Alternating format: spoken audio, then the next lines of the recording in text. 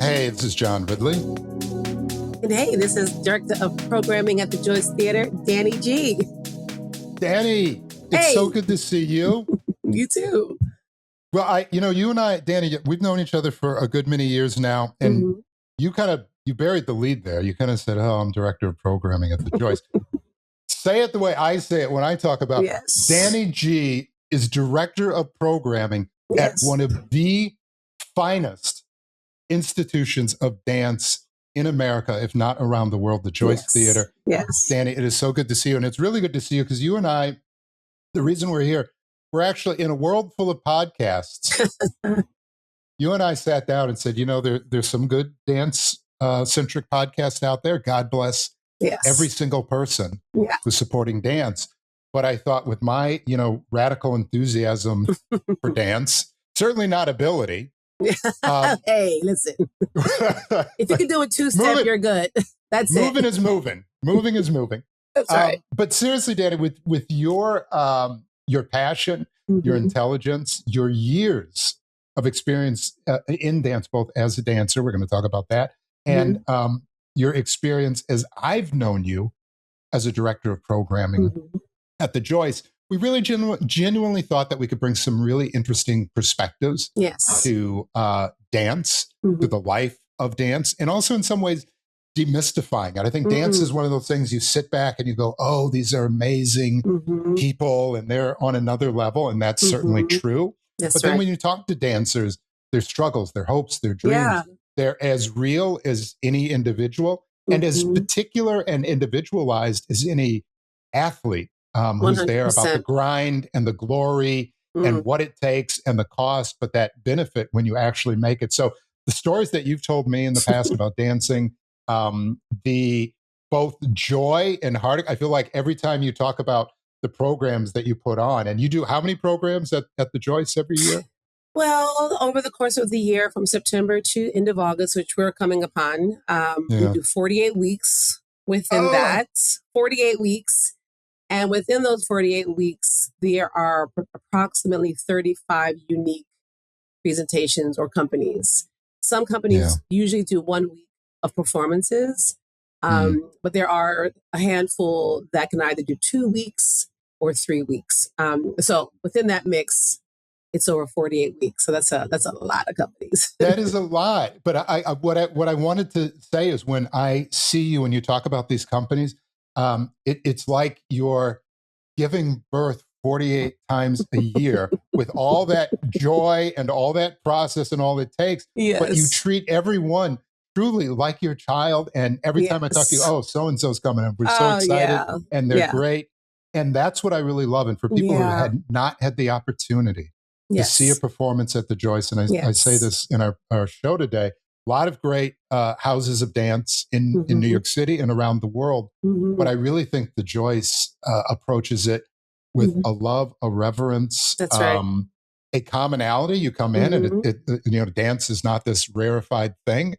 But at the same time, the dancers and the companies are clearly rare in the sense that what they're bringing is unique and bespoke. And I say all that because the Joyce does it, as you say, every single week. But as you start to move towards the end of the year, particularly this year, you've got an amazing, very special program that we are talking about today to kick off our new podcast. By the way, I don't know if I mentioned the name of our podcast. We're going to get to this amazing performance, but we got to break this down a little bit because the name has gone down to the wire. Literally, we're recording our first episode. What's going to be the name? But I think I want to say but I really have to give you a lot of credit because Danni, you're creative in so many spaces and I'm not, even though I write. Almost every script I turn in is like untitled John Ridley script. That's the best I can do. Yes. Leave it to somebody else. Yeah. But I thought you came up with something that it speaks to, I think, the excitement that we want to bring to dance, trying to get people to gather around dance, but also a moment in dance that's very particular where you want it to be individualized and exuberant, but every once in a while, with dance, with anything that's creative, you got to get people together, get them on the same page and make sure that we're all doing the same thing. So I love this title, Bring It to the Floor.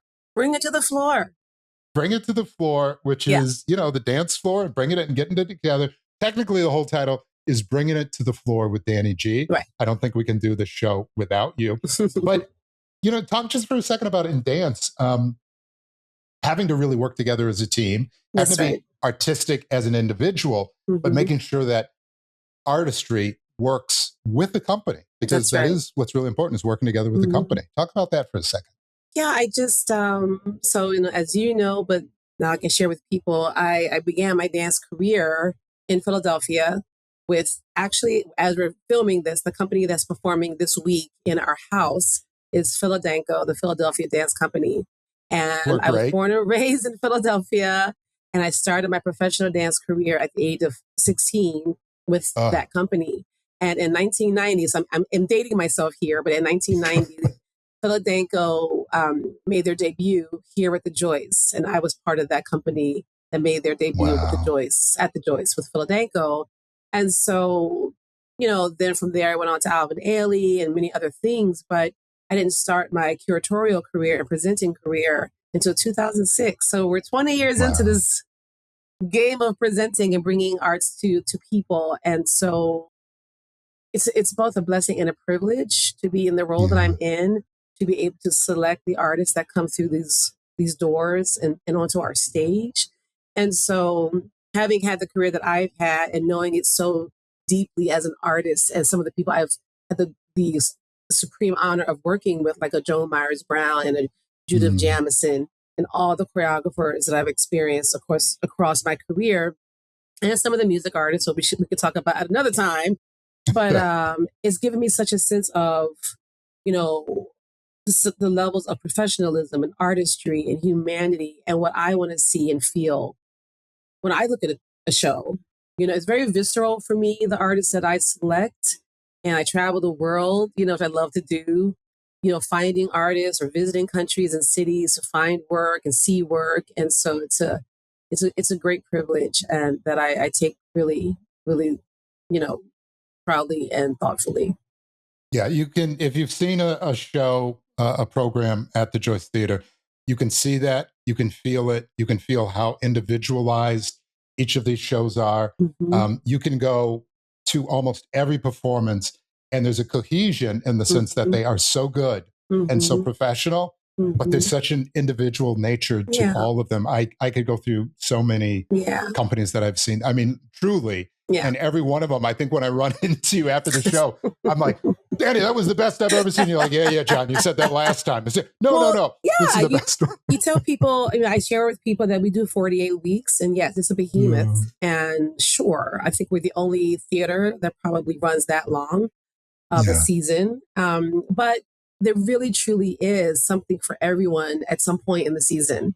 I have it's like a big candy shop. I have the ability to be able to present so many different types of dance here.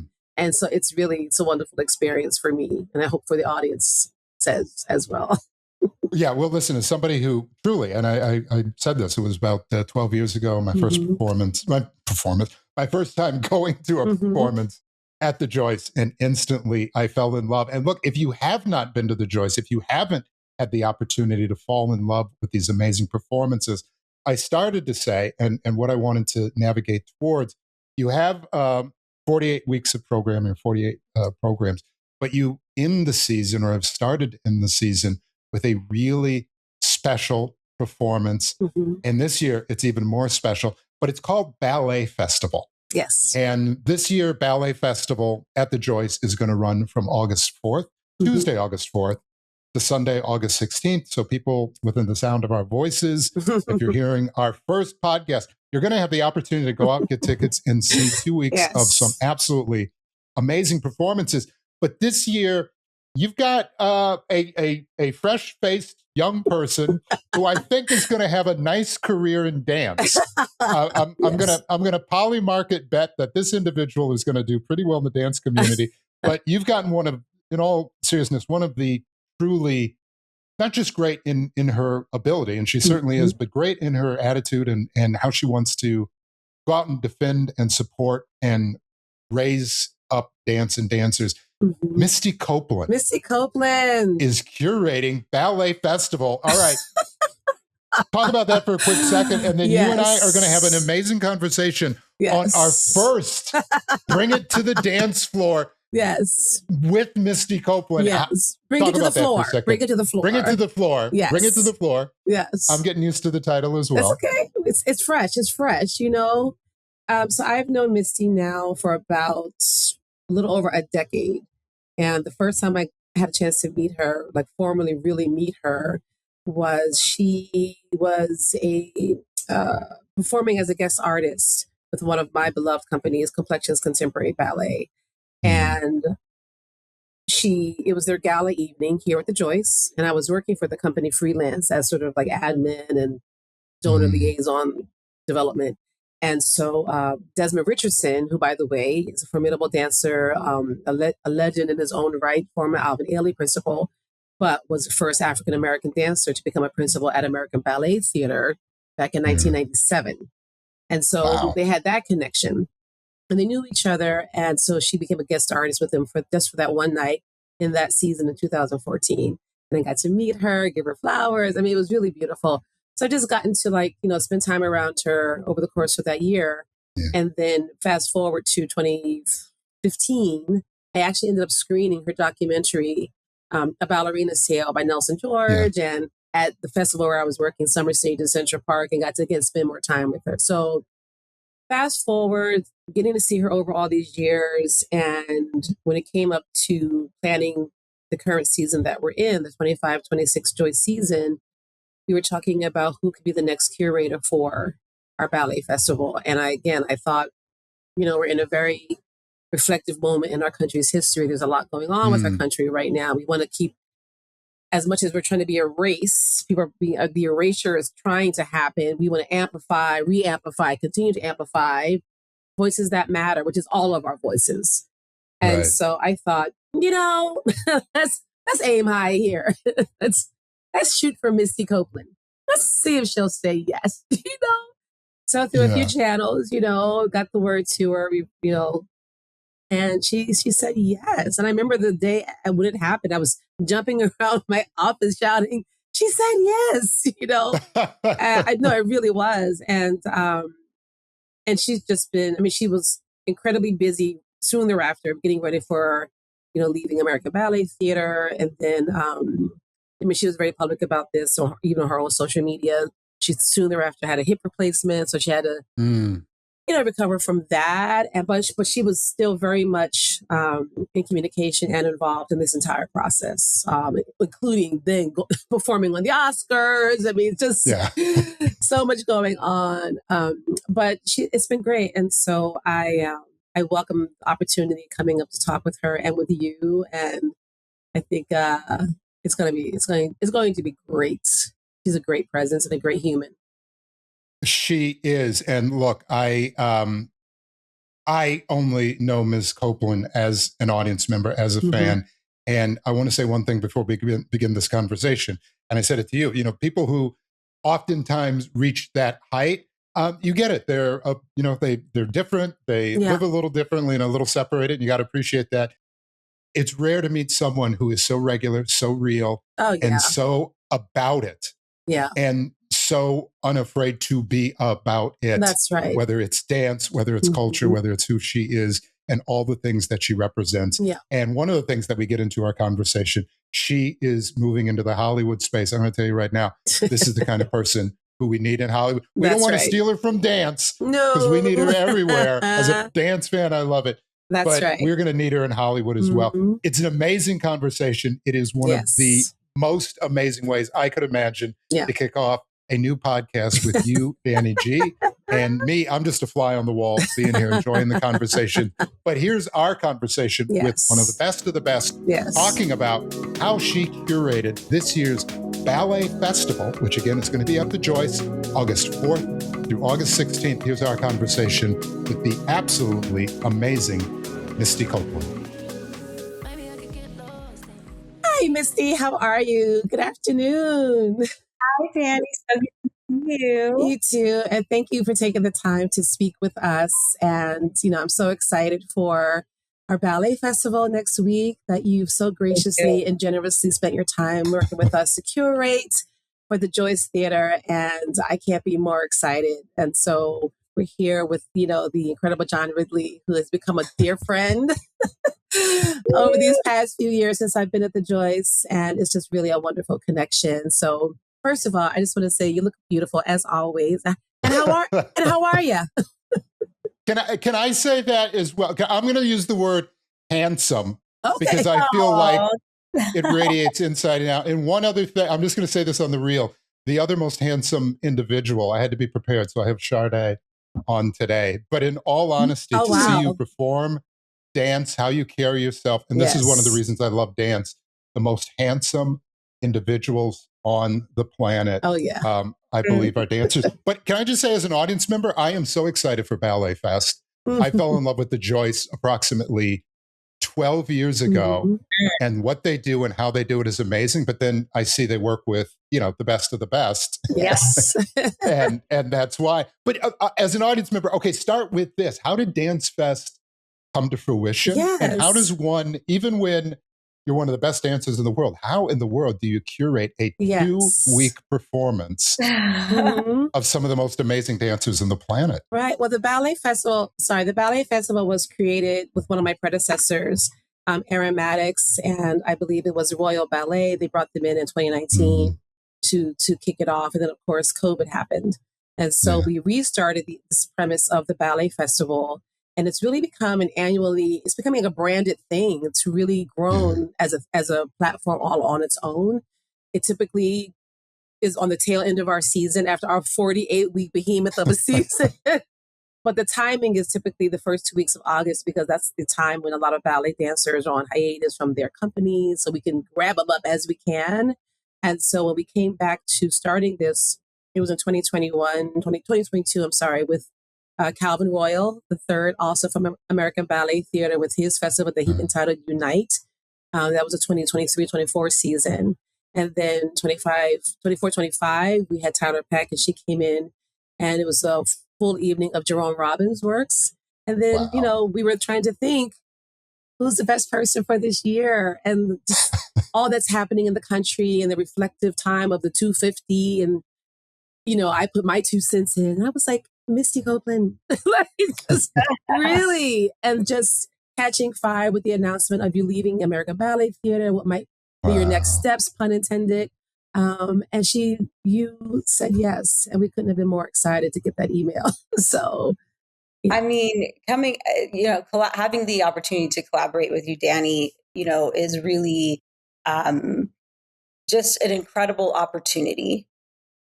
All that you've built and done, within the dance community and dance world. So I was like, absolutely, thank you. I wanted to be, a part of this. And like you're saying, I feel like I've often been pretty reflective throughout my career. Though I was, a performer on stage and active in that way, I've always been really conscious and thinking about the future of dance and as a Black woman. And so I've been building what was next, years before I stepped off the stage, but hadn't really had an opportunity in this way to be able to curate in this way. I've used my voice and, just my experiences, through the books that I write, the speaking that I do now through my production company. But to be able to do it in this way is definitely unique and new for me. But, it was really important that, like you're saying, like with, the world that we live in today and just all that I've been shaped by, not just as an artist, but as a person. And so, I'm just thinking really intentionally about whose stories are told and whose voices are centered and who gets the opportunity to create. And so I really feel like this festival really reflects kind of that evolution of me and where I want to see the art form going. And so I wasn't interested in, just one style or one definition of ballet or what dance is. And so I really wanted, artists who have, distinct voices and different lived experiences. Because ballet's history, I think, is so much broader than what we often acknowledge. And I wanted this festival to reflect that. And I've been so fortunate to have incredible partners at the Joyce that have, I gave them like a theme and an idea, and then they were like working the magic and putting all the puzzles together, which like, I don't even know how you did it all and got, such incredible artists. Yes. Thank you. I can't wait to it all come together. Yeah, no, it's been wonderful. And I'm so glad that you said that word voices, because that's so jumping ahead, even in little questions that I prepared. But we did a donor rehearsal, an invited rehearsal this past Monday with the incredible artist Taylor Stanley from New York City Ballet. He's principal dancer with New York City Ballet. And they're doing the work, by Andrea Miller on the second week of the festival. And I got a chance to do a quick Q&A with them at the end. And one of the questions I posed was, what resonates with you about this year's festival? And part of their answer was being excited to see all the voices that are being represented in the festival. And it's so true. And I'm really excited to see, and I hope the world will be excited to see when they come, all the artists that are getting to do so many different types of work. I think about, and I want to talk about, obviously, the two artists that you selected to do new commissions. One of those being this young person, Ilo, out of Atlanta. And their work is based in diasporic African dance and house dance. But they have dancers from New York City Ballet, trained ballerinas, going to be getting down, what I mean? So when we did the outreach, I was very clear about Ilo's vocabulary and work, and would they be comfortable, moving in this way? Because obviously we don't want anyone to go up there and embarrass themselves, or it's too far out of their lane. And there was one young dancer, I won't say which company, but he responded and was like, yeah, that's not really me. So, but I know someone that can get down with the get down. Yeah. And so it's been really cool just to see them exploring on their own. But tell us more about Ilo. I've been saying Ilo. I think it's Ilo. Someone said Elo. Yeah. I think it's Ilo. So it must have been 3 years ago. I was at Emory University in Atlanta. I was speaking there, and I think I was receiving like an honor. And I was invited to see a young dancer sharing their work. I think based off of their thesis, and wanted to have like a small circle with other artists on campus, and they kind of came together, and I was like, listen, I just want to be a fly on the wall. I don't want it to be some big old production. I just want to observe. And it was an incredible experience. I was blown away by their work, and had like a brief interaction afterwards where we took a picture together. And I think I said something to them like, I can't wait to see where you go. Like, I'm so excited for like, what your future is. And then when this opportunity came about, I think that Ilo was probably one of the first people that I thought of. When I thought about, I wanted it to be Black, brown, and queer voices. And they don't have a ton of experience. I mean, graduated from college, I think 2 years ago. And so I was on a mission to find them, and I couldn't. I'm like, what young person is not on social media that I could not track them down? Literally, I like went through Emory, and they were like, sorry, we don't know. And I was like, this is crazy. Literally, I was like, now I have to get them. Like, this has become a whole thing. Yeah. I ended up typing information into Chat GPT, and that is how I found Ilo. Anyway, I reached out to them, and it was kind of like, what? Like, okay, like, they're doing their own thing, working in like the not-for-profit world in Atlanta still. And I was like, how do you feel about this opportunity? And it just kind of like came together, and I really wanted to be able to give some opportunity and experience to like young artists. Yes. And so, I think Ilo just like approaches movement from like a completely different place than a lot of people that you'll see also on the program. Mm-hmm. And like their work just feels like really collaborative. And I know that's what the experience has been, I think, for the dancers as well, because they want to bring out the voices of the dancers that they work with. Right. So it just feels really like deeply connected to community, which is so important to me and so vital. I think especially for this generation, not feeling alone and isolated and feeling in community. So yeah, I mean, and Alicia Walker as well. Yes. It was important to have like two, younger choreographers on the program for me, and specifically to give them an opportunity to create, to use this space and use these incredible dancers to be able to create new works for themselves. And so Alicia, I've been mentoring since she was, I think, 15 years old. Right. And now she's like a grown up. Well, she's very young, early 20s, but she's like a professional in American Ballet Theater and doing really well. And it's just been amazing to watch her development as a choreographer and finding her voice.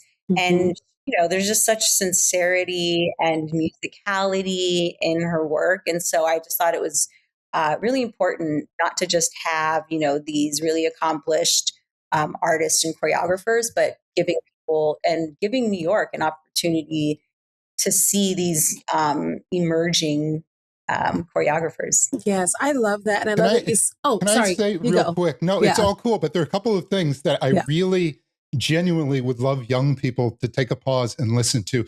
You and I believe this is the dancer Ilo you were talking about. Not on social media, can't be found. Sometimes young people, anonymity is the cachet. To be so special that you need to be found is sometimes a great thing. Right. But I do want to point out, both of you talked about how important it is, even in New York City, to create spaces for the young, for the queer, for those who don't normally get those opportunities. And the way that both of you are saying it, where it's fundamental, you're not shouting, you're not yelling, it's ingrained. And still you're going to, it's about making sure that space exists, but that space still exists for the best of the best. But if you're not inviting those folks, they're not going to get in. I just had to pause there for a minute, because what the two of you are talking about is why it's so important. When we talk about, well, we got to have different people at the gates, that doesn't mean the gate is locked. But as that gate is thrown open, making sure, hey, you guys, you two, you over there, come on in. That's right. It's warm, it's inviting, everybody is here. And I know when you talk about ballet, there are a lot of people, well, yeah, okay, that's wonderful, but that's for my granddad, that's for this and that. Right. I love to hear your voices, your cadence, your passion, and all that you're talking about. Ballet Festival, New York City, August 4th through Sunday, August 16th at the Joyce. I'm selling tickets. I'm here to sell tickets. That's right. That's right. Misty, I had the opportunity, I mentioned before, to see you and to meet you as a subject in your own documentary, A Ballerina's Tale. And it's for people who haven't had the opportunity to see it. And as I mentioned also, I pod in two spaces now, in the dance space where I'm more of an observer and a lover, but in a documentary space as well, where I really appreciate those stories. And Misty, your story is absolutely amazing. And one of the things I loved about your documentary is you both invite people into an incredibly personal space as a human, but also a really rarefied space as a young dancer who's up and coming and moving forward. You talked about now you're leaving ABT, moving out onto your own, still incredibly young, but you've accomplished a lot of things outside of the dance space as well. And you do have something coming up that I want to talk about. You've written before. You're a New York Times bestseller. We're running out of sort of accolades. That's on. But you've attempted something that I think is one of the most difficult things that anybody could do. You've written a children's book, which is really, really impressive in and of itself. I think writing for young people is a challenge. It's called Starfire Academy, Firebird Waltz. It's going to be out on August 25th. I want to make sure I get that date right. Yes. So you're going to have a very busy August. You've talked a little bit about Ballet Fest. Just talk a little bit about your book and the why, the how, the challenges. And did you go into that with as much of a fearless nature as you have, or did you finally meet something where you're like, all right, this is going to be a challenge? You know, I've written and journaled since I was, I don't know, in elementary school. And even, you know, dance was always a big part of my life, just internally. Like I was choreographing and creating in like the spaces I lived in, not in any formal way. But before that became like a real outlet and my voice, like that wouldn't be really until I was 13 years old. But before that, I was doing a lot of writing and journaling. I was so introverted, and that was like my way of really like expressing myself and creating and using my imagination. And so I had saved all of my journals. Wow. Since I was very young. And the first book that I wrote was in 2012. Well, I think I had 2 books come out at that time, and it was my first children's book, which is called Firebird. Yes. And then my memoir, which is Life in Motion. And I never imagined I would actually share what I was writing with the world. Right. And someone came to me from Simon and Schuster, a young editor, and was like, you know, your story needs to be told. And I was kind of like taken aback by it, but that started this journey as a writer. And it's now been, you know, over 10 years, and I've written over 10 books, and it's really mind blowing. Like I never imagined I would be in this space, but this is the first of all of my books that isn't really connected to my story, or telling the stories of other dancers that have come before me. So this one is much more kind of fantasy and creative. It's for a middle grade audience. And so it's the first book in the series, and it's inspired by my love of dance and art. And it's about a 12-year-old girl who gets into an elite performing arts school and discovers that this place that she's in is actually magical. And so it's got some like Harry Potter, you know, and when I think of artists, I think of like superheroes, and that they have these incredible gifts and powers. And so that was kind of like thinking behind it, but it's really, you know, about courage and friendship and longing and just discovering that you can be far more capable than you imagine you would. I love that. I love that. And I think when you're talking about, you know, how you see the world and your journey, I mean, obviously now as a mom, you're seeing the world through completely different eyes, I'm sure, in new ways. Absolutely. I'm sorry, I just had to bring that up because you're a mom, Misty. Yeah, I think that's so beautiful. And seeing him come out on that stage at your farewell performance, oh my goodness, it was everything. Yeah, it's pretty incredible. And just to be able to bring him into the world of art, and in like a really like natural way where, you know, we're just letting him decide what he wants to do, and just giving him the opportunity to see it all is really incredible. And, you know, the power of art changes lives. And, you know, that's why I want to continue bringing dance and ballet, you know, just to as many people as possible, and just using different mediums different ways of telling stories. You know, that's why this festival is so meaningful. Yes. And but also being able to have a voice in all of these spaces as an author, as a producer now. But it's all with the same messaging, you know, and I've been on the same mission my whole career. So that's not You certainly have. You certainly have. And this Ballet Festival, I think, is so reflective of that. It's so exciting. Yeah. It's a wonderful way to end our season. And with all these incredible artists, your collaboration, your voice, your presence, you know, your partnership in this has been so awesome. You know, yeah. May I also say again, as a fan, I think for people who have not been to the Joyce Theater, I'm going to say this, and New York is filled with amazing companies that do dance and support, but for my money, and oftentimes it is my money, I don't think anybody does dance as well as the Joyce Theater. So you can send all of your negative hate comments to me. Email. City Center is going to wait, John. But in all seriousness, the love of dance, and honestly, to look at the curation. For me to jump online, and again, I'm a fan, but I'm naive. But to see some of the companies, Danni, a lot of these dancers, I've seen that company. I've seen them come through. I've seen them perform. To see the young faces. Now, there is, in our world, we need people of all ages. We need people who are young and have that enthusiasm. We need people at their prime who are showing us their best. And we need people who've been doing it a long time, who have that knowledge and want to share. But to see a lot of really young people, and to see people from so many backgrounds, like you said, Ms. Copeland, about really populating and being intentional about that. I encourage people, please, you still have time to get tickets. The Joyce Theater is incredibly accessible.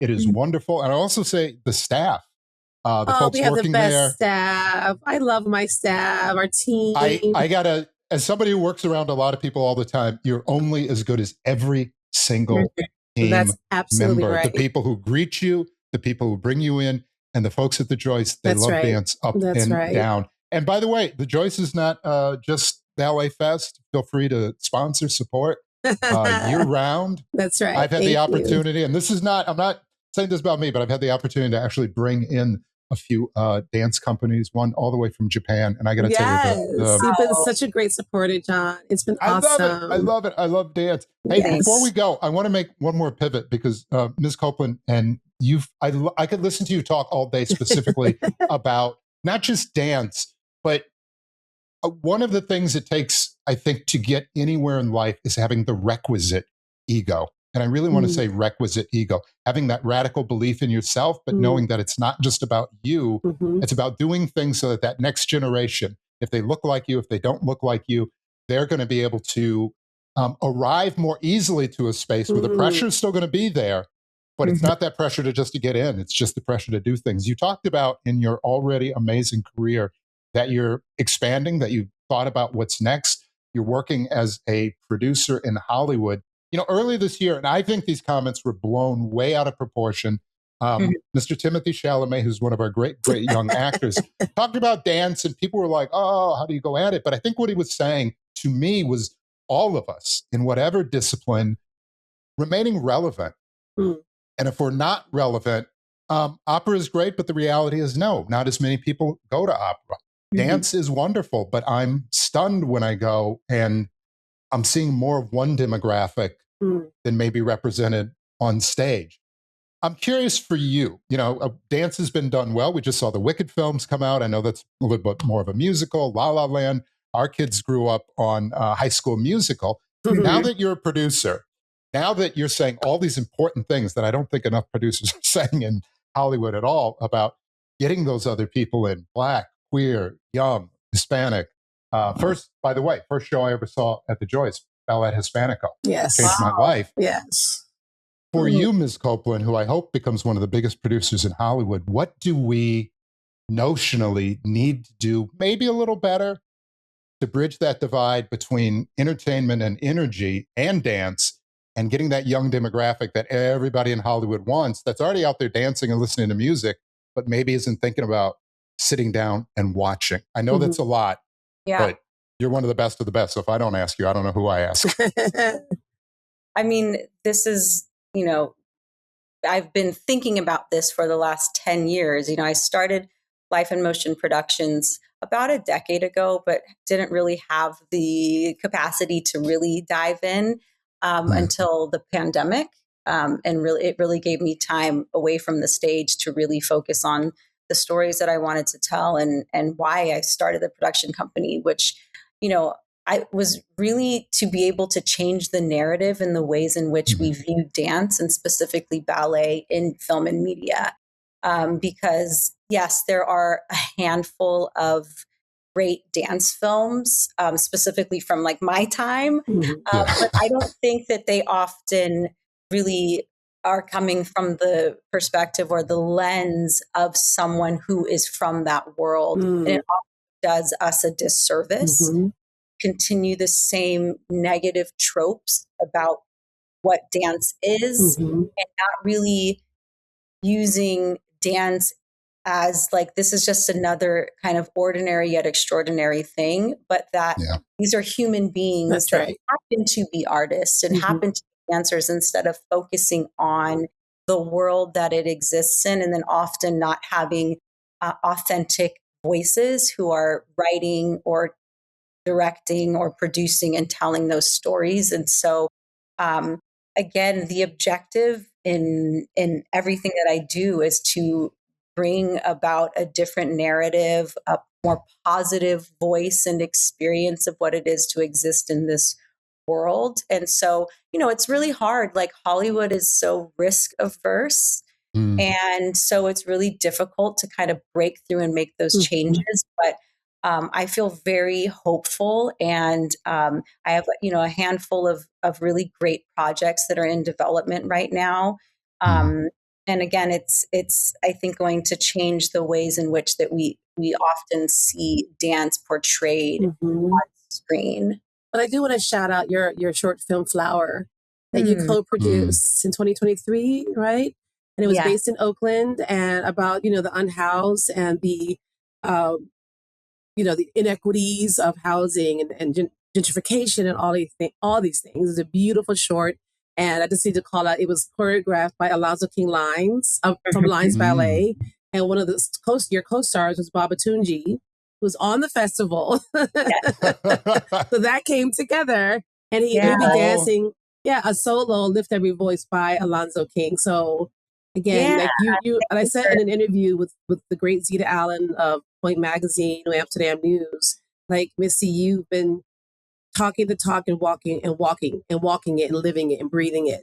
It's been consistent. It's your mission. It's in your bones. And so I'm so honored by that. Yeah. Thank you. No, it's so important to me, and it's so exciting to be able to use different mediums and to use different spaces to again deliver the same message. But I love storytelling, and I don't think that it has to live in just one place. And sometimes that's on a stage, and sometimes it's in a book or on screen. And I just feel so privileged and excited to be able to keep exploring all of those spaces, and with dance always at the heart of it. Yes. Well, you were certainly telling a story with this Ballet Festival.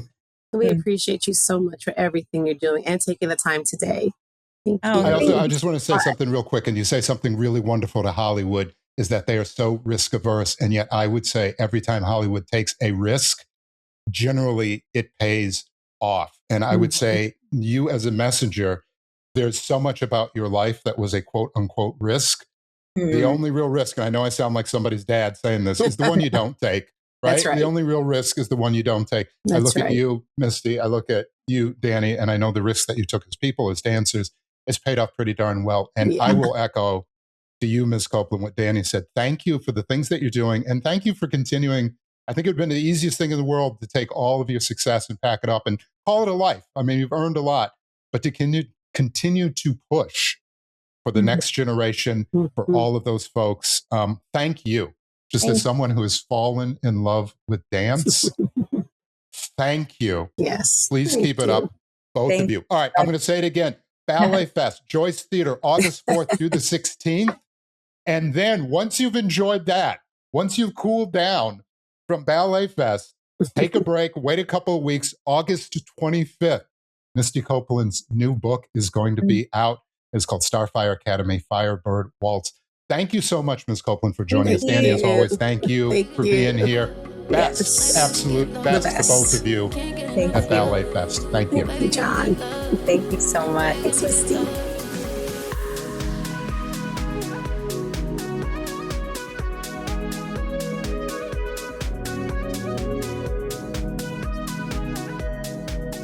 Danni, that was one of the most amazing conversations that I've ever truly had. I'll say again, just Ms. Copeland is she's one of one. She's one of one. It's so one true. of one. Yeah. And I got to say, I'm really excited for the Joyce Theater Ballet Festival, because again, I've seen the shows there and I love them. I love how you curate them, and Thank to you. see how you all are going to be working together with Ms.